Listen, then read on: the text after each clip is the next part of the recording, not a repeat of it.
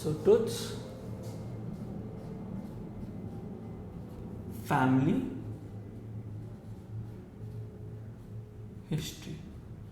सो king Tut की family history शुरू होती है फ्रॉम AMENHOTEP.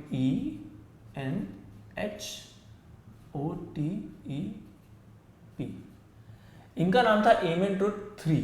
ये थे किंग टूट के फादर.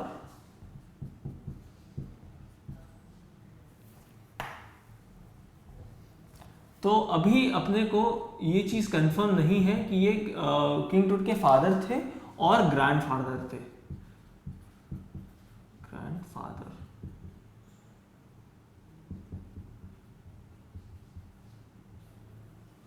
इनका नाम था इमोटेप द थर्ड. नाउ इसमें क्या होता है दैट ये 4 डेकेड्स के लिए इनने रूल किया था. 4 decades during the 18th dynasty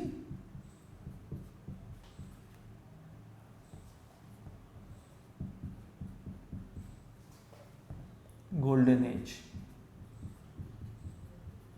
तो किंग टूट के जो ग्रैंडफादर थे ये इनने 4th डेकेड में रूल किया था during the 18th dynasty of the golden age.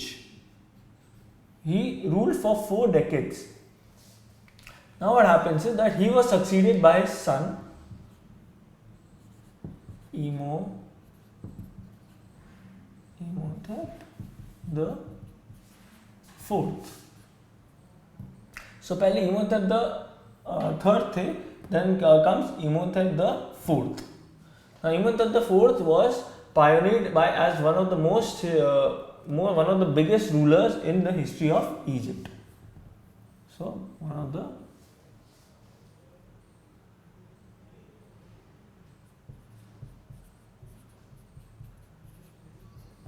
biggest leaders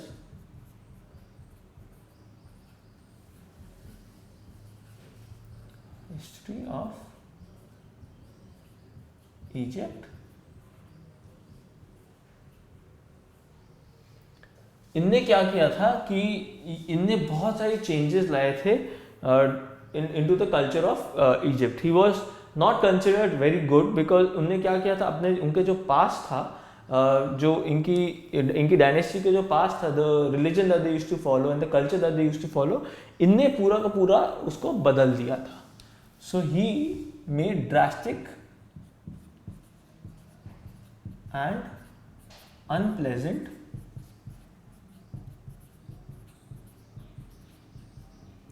changes.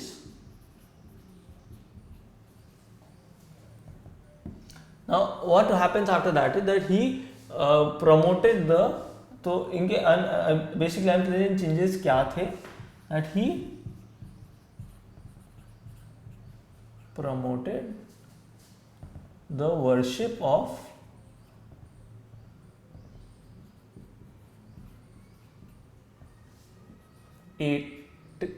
Elon. ALEN.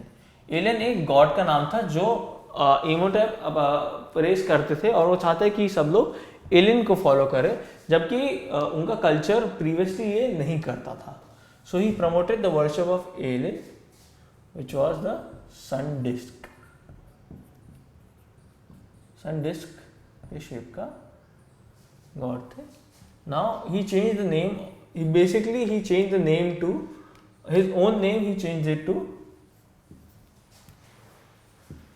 AKHENATN. So he changed his own name to Akhenaten. Now what he did after that was he moved the religious capital.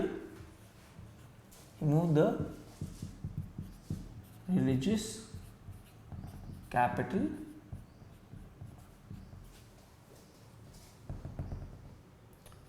to the city of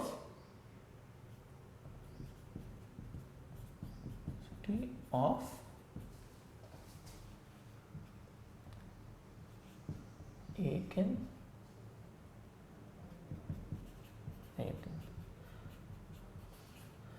इनने क्या किया था, एकनेटन ने अपना पहले बात तो अपना नाम बदल लिया फ्रॉम इमोटेब फोर्ट टू एकनेटन, एंड अपने नाम से एक कैपिटल सिटी बना दी जिसका नाम एकनेटन था।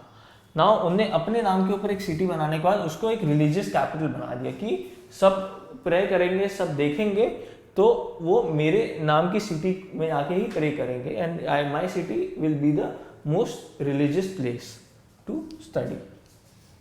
Now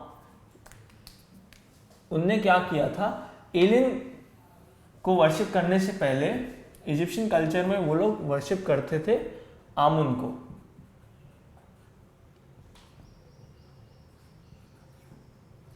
and Amun was a major god at that time. तो आमुन एक बहुत बड़े गॉड थे इजिप्ट उसमें। एंड जब इनने ये अपनी सिटी बनाई तो उनने क्या किया था कि वो रिलीजन को बदलना चाहते थे। तो उनने आमुन की जितनी भी, आमुन वॉज द प्रीवियस गॉड,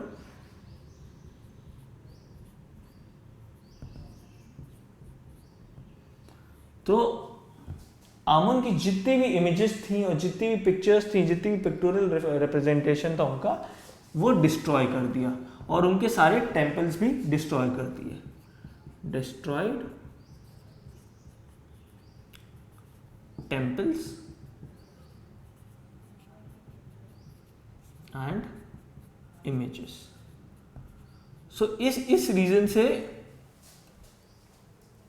आखनेटन को बहुत गंदा राजा माना जाता था, बिकॉज उनने पहली बात तो पूरा कल्चर बदल दिया और जितनी भी इजिप्ट की हिस्ट्री थी वो पूरी की पूरी उनने बर्बाद कर दी थी। इसके बाद क्या होता है, एक दूसरा रूलर आया था जिसका नाम था स्मेनखारे। जब आखनेटन की डेथ होती है उसके बाद स्मेनखारे नेक्स्ट किंग बन जाता है।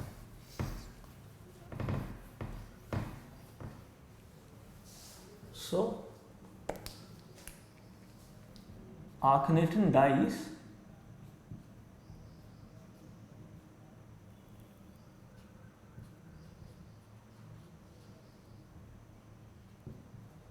Akhenaten's demise मतलब डेथ। आखनेटन डिमाइस के बाद तो उसके आखनेटन की डेथ के बाद एक दूसरा रूलर आता है जिसका नाम था स्मेनखारे।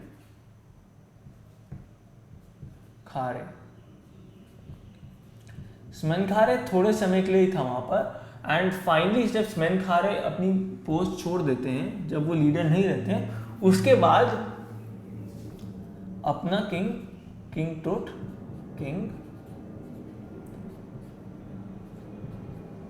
टुनखाटन, अपना किंग टुनखाटन, जिसको अपन ने किंग टुट बोलते हैं,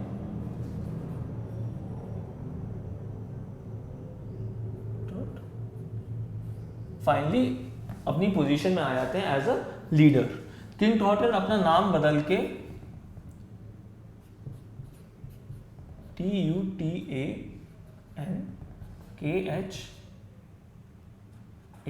TUTANKHAMUN टूटनखामुन कर लेते हैं। टूटनखाटन से लेकर टूटनखामुन कर लेते हैं, MUN। इसके बाद फाइनली वो जब थ्रोन ले लेते हैं तो वो क्या करते हैं, किंग टूटन को अच्छा माना जाता था because then he restores the old order.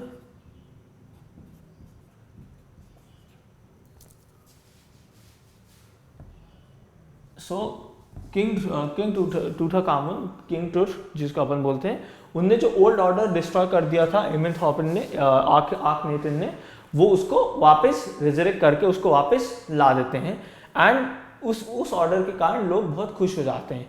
Now what happens is that जो ऑर्डर इनका था इसमें बेसिकली वो वापस आमुन को फॉलो करना शुरू करवा देते हैं, गॉड आमुन को। ठीक है। Now what happens after this is that he reigned for around another 9 years। So king Tutankhamun around 9 years तक पोजीशन में थे अपने, and he was very young when he was ruling, like he was very young. तो उनकी as आज तक इनकी as और ये सब स्टडी करने के लिए हार्वर्ड कार्टर ने उनकी बॉडी को वहाँ से बाहर निकाला था, so that could study and understand his mysterious death. इनकी डेथ बहुत मिस्टीरियस थी और सबको लगता है कि इनकी डेथ मर्डर से हुई है। So to find that out they took out his body. So now we'll talk about Carter's investigation. Howard Carter ने जो इन्वेस्टिगेशन करी थी उसमें क्या क्या प्रॉब्लम्स आती हैं and what he did about them. So कार्टर्स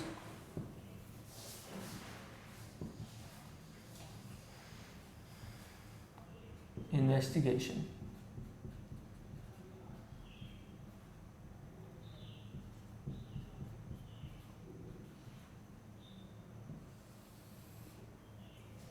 So Carter investigated that there were 3 nested coffins.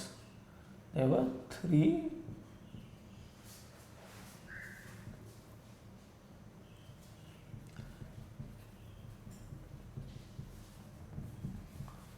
Quarter ने जब इनके टूम को डिग किया था तो उनको ये पता चला कि उसमें से 3 कॉफिन्स निकली हैं एंड वो 3 में कुछ कुछ सामान रखा था, जिससे अपन हिंट कर सकते थे कि ये कब बरी करे गए थे और ये कितने उनकी क्या स्टेट थी और किस टाइमिंग पे किया गया था। सो उसके अंदर से निकलता है सबसे पहले एक श्राउड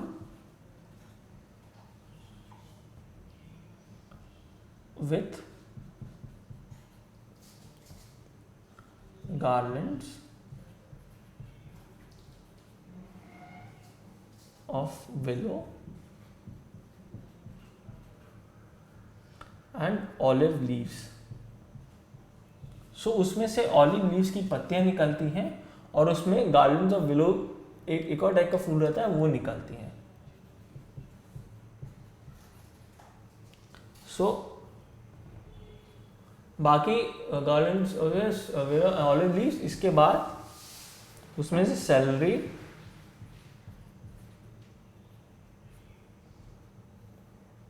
लोटस पेटल्स,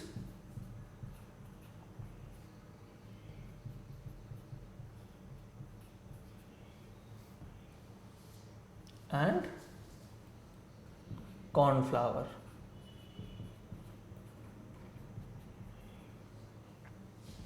सो ये सब चीजें, वो जो 3 कॉफिन्स निकलती हैं उसमें से ये सब चीजें निकली जाती हैं। नाउ बेसिकली ये एक एविडेंस बन जाती है जिसके ऊपर ये लोग कंक्लूड करते हैं दैट ये जो डेथ हुई थी, the death occurred in the month of March और अप्रैल। तो बेसिकली ये लोग जब ये सब चीज़ें देखते हैं उनके कॉफिन्स में तो उनको ये समझ में आता है बिकॉज ये पत्तियां और ये जो झाड़ियाँ रहती हैं ये इस महीने में उगती हैं, मार्च एंड अप्रैल के महीने में उगती हैं। उससे ये लोग ये डिड्यूस करते हैं कि इनकी डेथ मार्च और अप्रैल के बीच में हुई थी। Now this is the first thing that they had realized in Carter's investigation. The second thing that they realized is that when they were extracting the mummy, it was very difficult since उसके क्या हुआ था, because समय के साथ धीरे धीरे king Tut की बॉडी धीरे धीरे अंदर दब गई थी और क्या रहता कि वहाँ पर उनके सराउंडिंग इतनी सारी चीज़ें रखी थी कि उनकी बॉडी धीरे धीरे जो गोल्ड था उसमें बरी हो गई थी। So the second point here is that extracting the mummy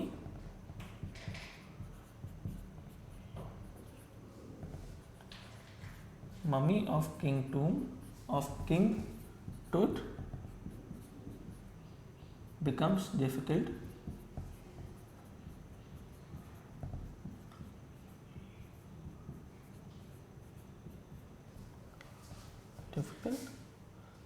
because जो रिचुअल्स के रीजंस थे,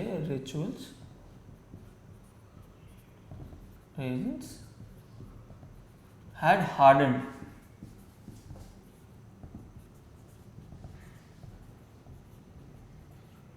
due to which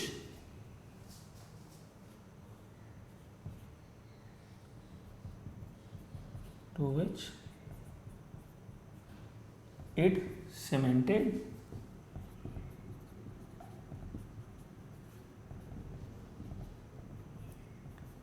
king Tut's body.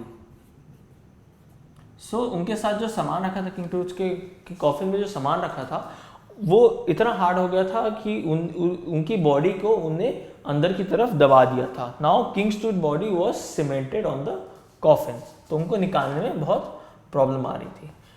ये दो चीज़ें थी जो इनकी इन्वेस्टिगेशन में होती है। उसके बाद उनको आइडिया आता है कि सिंस ये बॉडी अब इस कॉफिन में फंस चुकी है, अपन इसको निकालने का तरीका करते हैं। तो वो लोग बहुत सारे तरीके ट्राई करते हैं और सबसे पहला तरीका ये ट्राई करते हैं कि वो उनकी जो कॉफिन रहती है उनको निकाल के सन के नीचे रख देते हैं, बिकॉज उनको लगा था कि गर्मी के कारण उनका कॉफिन एक्सपैंड होगा, जो गोल्ड रहता है वो एक्सपैंड होगा और उनकी बॉडी को वो आराम से बाहर निकाल पाएंगे। So what they do is that they keep king tooths body in the sun to loosen the resins। अब क्या होता है कि उन्हें उसको सन में रखा, but there was still no way to actually take out the body detach हो ही नहीं रही थी कॉफिन से। सो उनको फाइनली आइडिया आता है कि वो एक चिजल यूज़ करें। चिजल यानी एक खोदने का इंस्ट्रूमेंट रहता है जो कुछ इस टाइप का दिखता है, ऐसे ट्रायंगुलर रहता है और उसमें ऐसे आर्च रहता है। तो वो उसको खोद के उनकी बॉडी को फाइनली अपने कॉफिन से अलग करें। So they finally decide that they will chisel away to loosen the body। और उनका जो सर रहता है, किंग टूथ का बॉडी जो सर रहता है वो बहुत डीपली अटैच रहता है, तो उसको भी बहुत मुश्किल से वो लोग खोद के निकालते हैं। सो अब प्रॉब्लम ये थी कि जब आप किसी चीज़ को आप कॉफिन से चिजल करके निकालेंगे तो वो डैमेज होने की बहुत सिचुएशन में आ जाती है। So there is a good chance of damage. So what Carter does is he tries to avoid the damage.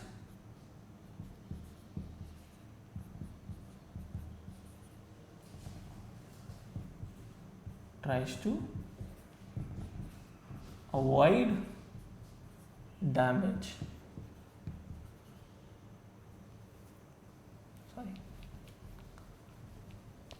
Carter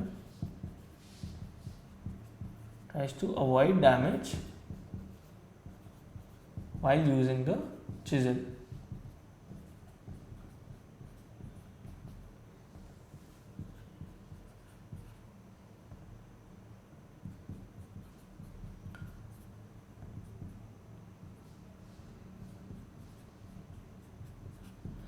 so finally Carter को चिजल यूज़ करके उनकी बॉडी निकालना पड़ती है और उनको इस बारे में बहुत ख़राब लग रहा था, बिकॉज उनको लग रहा है कि मैं एक बहुत हिस्टोरिक सी चीज़ है मेरे सामने और मुझे इसको खोद के ख़राब करना पड़ रहा है। पर फिर वो इस चीज़ को जस्टिफाई करता है कि अगर मैं ये नहीं कर रहा हूँ तो शायद कोई लालच के मारे कोई चोर आके ये गोल्ड देने के लिए तो वैसे ही उसको ख़राब कर देगा। So I might as well to study to understand कि इनके साथ क्या हुआ है, मैं इनकी बॉडी को अलग कर लेता हूँ। So he finally he justifies his action by saying that the thieves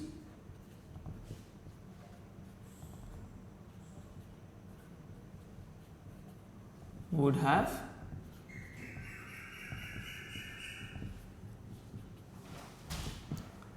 ripped the body anyways। So after this, since these were the problems that were faced by Carter when he was investigating and he was trying to recover the body. What we will study after this is the results of the CT scan. जब वो body को CT scan में चलाते हैं तो उसके बाद क्या होता है अपन उसके रिजल्ट्स अब देखते हैं. So the CT scan. So King Tut's body was the first body to be actually have undergone a CT scan. So King Tut's body, King Tut became the first mummy to undergo the CT scan. सो ये लोग CT scan क्यों कर रहे थे? सो इनके ऊपर CT scan, king Tut की body के ऊपर CT स्कैन इसलिए करा गया था जिससे वो उनकी लाइफ एंड डेथ के बारे में अंडरस्टैंड कर पाए. Life and death. सो जब आप CT स्कैन करते हो तो आपकी बॉडी में कोई भी डैमेजेस हो वो पॉइंट आउट करा जा सकता है. सो जब इनकी बॉडी को CT स्कैन किया जा रहा था तो उनको ये चीज़ उनसे पॉइंट आउट हो सकती थी कि इनको इंजरीज क्या क्या हो चुकी थी और इनको अगर जैसे किसी ने अगर स्टैब किया था, अगर इनको चाकू मारा था तो चाकू कहाँ लगा था, ये सब CT स्कैन से आपको पता लग सकता है. So this was to understand the life and death of King Tut. So when King Tut's body was examined over a computer screen with the help of the CT scan, तो इसमें क्या था कि उनकी जो ग्रे हेड एरिया था, basically head area था, head, नेक और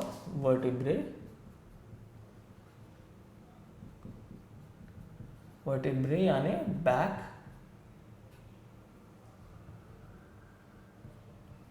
हैंड, रिब केज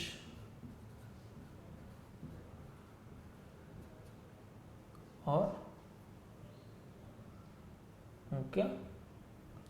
बेसिकली जो ये पार्ट्स ऑफ द बॉडी उनकी स्टडी करी गई थी. सो CT स्कैन में उनकी हेड, उनकी नेक, उनका वर्टिब्रे यानी बैक, हैंड और रिब केज, उनकी छाती में उनको पूरा स्कैन करके स्टडी किया गया था कि इनको यहाँ कहीं डैमेज था और या फिर उनको वहाँ पर कोई भी तकलीफ थी. सो what happens after this is that after the transaction, after the data is collected, it turns out that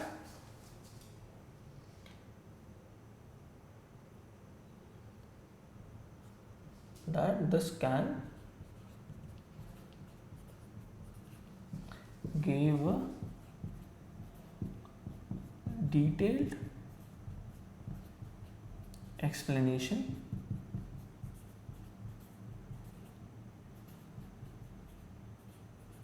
of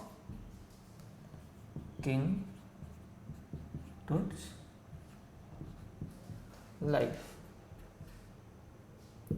सो अपन इनकी king Toots life and death. So king Tut की लाइफ एंड डेथ के बारे में अपन अभी इसके बाद बात करेंगे. तो फाइनली जब CT स्कैन खत्म हो जाता है तो इनकी बॉडी को वापस कॉफिन में भरी कर दिया जाता है. So they take King Tut's body back to the coffin. So अब उनकी बॉडी को वापस वहाँ पर कॉफिन में ले जाया जाता है CT स्कैन करने के बाद. अनफॉर्चुनेटली बाद में पता चलता है जो CT स्कैन उन्होंने किया था उससे ऐसा कुछ रिजल्ट उनको मिला नहीं चला. उनको अभी भी ये चीज़ पॉइंट आउट नहीं कर पा रहे थे कि किंग टूट की डेथ कैसे हुई. So finally we realized that the king tooth's body is to be taken back to the coffin. तो इसके ऊपर जब उनकी बॉडी को वापस ले आया जाता है, सो जाही हवस, जिसके अपन ने पहले बताया था, जाही हवस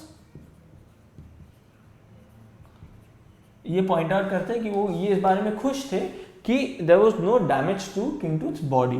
सी points out that there was no damage to King Tut's body. अब क्या होता है that now we will try to understand the background behind King Tut and what happened to him. So basically जब CT स्कैन किया जाता है उसमें कुछ ऐसा रिजल्ट निकलता नहीं है, पर जब अपन किंग टूट के पास्ट को पढ़ेंगे, so we talk about King Tut now.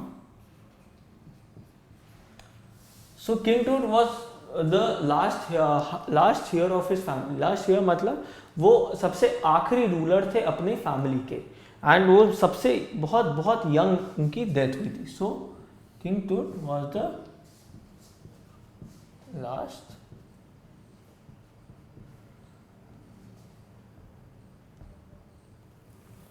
इसको यहाँ नीचे लिख लेता हूँ.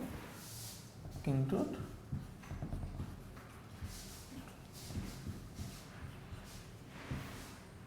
King Tut was the last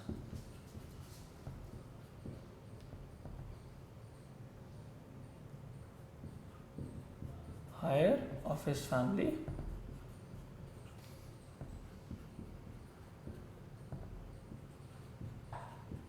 So इनकी फैमिली ने इजिप्ट को बहुत सालों तक रूल किया था, और ये उस फैमिली के सबसे लास्ट इंसान थे जो सरवाइव कर रहे थे, और उनकी फिर डेथ हो गई थी, और इनका कोई रिलेटिव नहीं था, इनको मतलब कोई डायरेक्ट फैमिली नहीं थी जो इजिप्ट को अब आगे रूल कर सकती थी. Last family of his family which ruled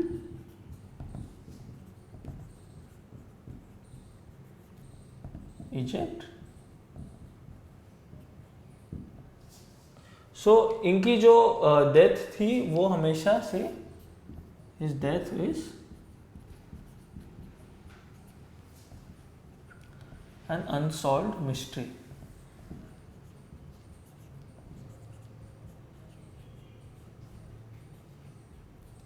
So death of King Tut is still an unsolved mystery. अभी अपने को ये नहीं पता चलता है कि किंग टूट की डेथ कैसे हुई है.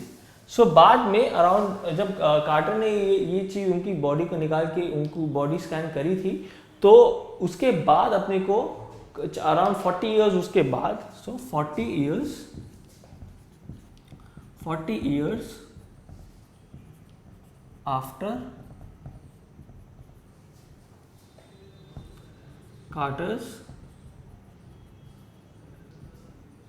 discovery, अपने को ये पता चलता है दैट उनकी जो रिब्स, फ्रंट रिब थी वो गायब थी और ब्रेस्ट बोन गायब थी. सो बेसिकली जब उनकी बॉडी को 40 साल बाद फिर से जब ऑब्जर्व किया जाता है, फिर स्कैन करके अंडरस्टैंड करने की कोशिश करते हैं, तो अपने को ये पता चलता है कि उनका जो ब्रेस्ट बोन था, जो चेस्ट यहाँ पर था और रिब केजेस थी, वो मिसिंग थी. So 40 years after Carter's discovery we learn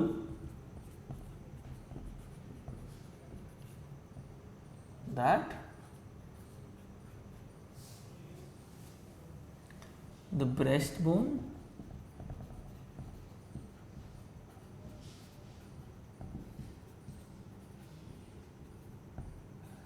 and front ribs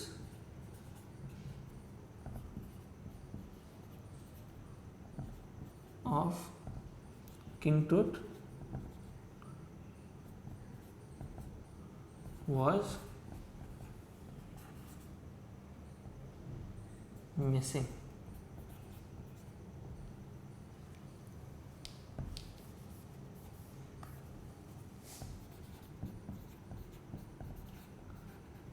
so basically ये जो अपन ने अभी पढ़ा है, जो पूरा पढ़ा है, ये अपने को ये चीज़ दिखाने चला है कि he was king truth was the first mummy जिनकी बॉडी को साइंटिफिकली स्कैन किया गया था ये उनकी डेथ अंडरस्टैंड करने के लिए, but it was never understood how and why he died. And even तो देर वर अदर थिंग्स जिससे उनके बारे में अपने को पता चला था through the CT scan, but unfortunately अपने को ये कभी नहीं पता चला कि उनकी डेथ कैसे हुई थी। बाद में वो भी 40 साल बाद जब किसी ने मिस्टर कार्टर की फाइल्स देखी थी और वापस ऑब्जर्व किया था उनकी बॉडी को, तो अपने को ये पता चलता है कि उनकी जो ब्रेस्ट बोन थी और रिब्स थी वो मिसिंग थी। सो ये इंफॉर्मेशन अपने को बाद में